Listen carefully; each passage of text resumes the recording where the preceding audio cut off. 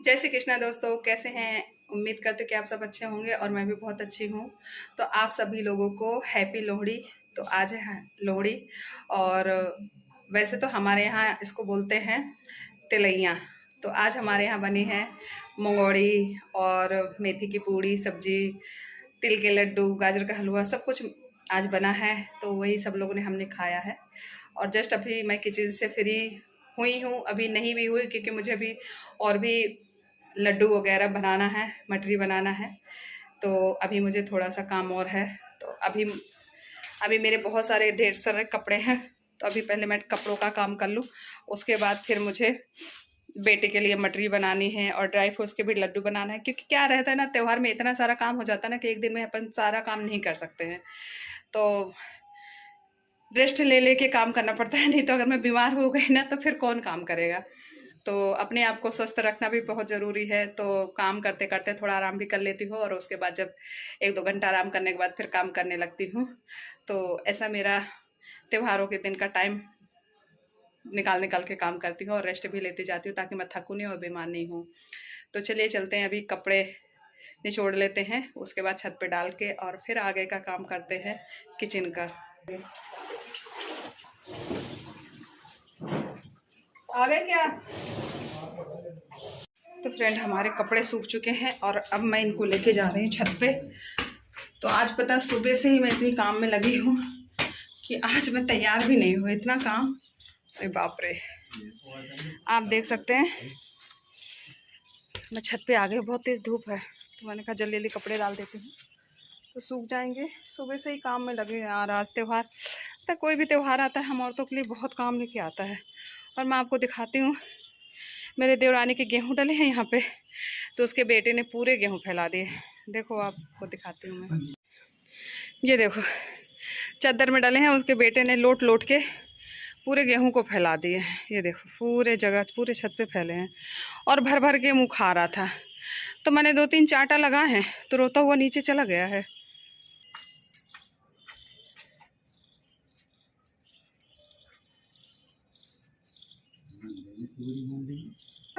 पूरे छत पे गेहूं डले हैं, पूरे छत पे गेहूं फैले हैं। मेरे अपने नहीं है। अर्चना क्या है? बच्चा बहुत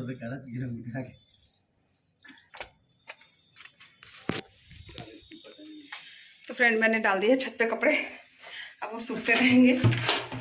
अब मैं जाऊंगी नीचे, थोड़ा सा आराम करूंगी, उसके बाद फिर शाम का जो काम होगा। आज पता मैं रेडी भी नहीं हुई, बस थोड़ा सा कोल्ड क्रीम लगाया था फेस पे नहाने के बाद। उसके बाद मैंने एक लिपस्टिक भी नहीं लगाई है क्योंकि सुबह से इतना काम रहता है ना। और आज हमारे यहाँ की तिलैया थी, तो तिलैया के दिन तो बहुत सारी चीज़ें बनती हैं। पर हम लोग 1-2 दिन पहले ही बना लेते लड्डू वगैरह। तो आज मंगोड़ी बनाई थी और लड्डू और हलवा तो मैंने कल ही बना लिया था। आप लोगों ने अगर वो वाला ब्लॉग देखा होगा तो मैं क्या कह रही थी कि पता, मेरे यहाँ पे हम 6 लोग हैं। बेटी तो देवरानी के पास रहते इंदौर में, और मैं, मेरे सास, मेरे ससुर और मेरे हस्बैंड और मैं, मेरा बेटा अभी है यहाँ पे। तो ये 5 लोगों का खाना बनाना, भले वो 1 लोग का खाना बनाओ चाहे 5 लोग का बनाओ, काम तो उतना ही रहता है ना। तो मेरी हेल्प करने के लिए इतना सा भी कोई नहीं। मैं हस्बैंड से अपने बोल रही थी कि थोड़ा सा प्याज काट दो, तो वो चिल्लाने लगे, अरे रहन दो, हमें नहीं खाना है, मंगोड़ी बना लो, अपना खाती रहो। तो मैंने कहा अरे मैंने भगवान जी के लिए बिना प्याज लहसुन की बनाई मंगोड़ी, और आप लोग के लिए प्याज डाल के बना देते हैं, तो आप लोग को नहीं तो बिना प्याज के पसंद नहीं आएंगे। तो मेरे कहने का मतलब ये है कि हम औरतों की ज़िंदगी ऐसी हो जाती है कि बस मशीन जैसा, सुबह से लेकर रात तक अगर हम सोते नहीं है ना तब तक हमें काम ही काम करना पड़ता है, कोई आराम नहीं। अगर हम अपने लिए 2 घंटे अपने लिए टाइम नहीं निकालते ना तो कोई भी नहीं कह सकता कि चलो तुम थक गई होगी थोड़ा सा आराम कर लो उसके बाद काम कर लेना। तो कोई नहीं है यार कहने वाला। आराम तो हमें जब मिलता है, जब अपने माँ बाप के पास जाते हैं तो वहीं सुकून की नींद आती है और सुकून मिलता है माँ की गोद में। ससुराल में तो ऐसा लगता है कि बस मशीन बने हैं और बस काम करते रहो करते रहो करते रहो, कितना भी काम कर लोगे ना, तो फिर भी सामने वाले इंसान को बिल्कुल भी नहीं लगेगा कि इसने काम किया। अगर हम उसको 2 मिनट बैठे हुए देख लेंगे ना, अगर फोन चलाते हुए, तो बस क्या कहेंगे, बस जब देखो तब फोन चलाते रहते, जब देखो तब फोन चलाते रहती है। तो उनको ये नहीं दिखता कि हम अगर फोन ही अगर दिन भर चलाते हैं तो बाकी का काम कौन, दूसरा कोई कर जाता है या खुद आके करते हो। और मेरी सास को तो लकवा लगा है, तो उनके पाँव हाथ तो वैसे भी काम, मतलब वो काम नहीं कर सकते, तो वो तो वैसे भी आराम करते। तो उनको एक बार चाय देने जाओ नीचे, फिर खाना देने जाओ, फिर शाम की चाय देने जाओ, फिर रात का खाना देने जाओ, तो 4-5 बार तो ऊपर नीचे जीना करना पड़ता है।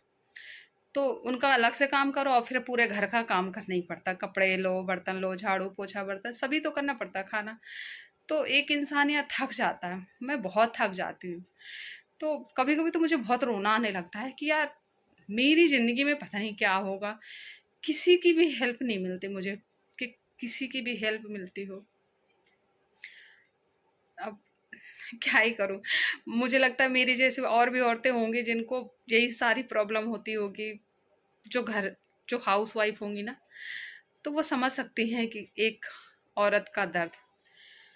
तो चलो अब कोई नहीं, जब तक ज़िंदगी है तब तक तो काम करना है, औरत की ज़िंदगी ही मिली है काम करने के लिए, तो हमें काम तो करना पड़ेगा। चलो अब मैं ये ब्लॉग यहीं पे ख़त्म करती हूँ, कल मिलते हैं नेक्स्ट ब्लॉग में।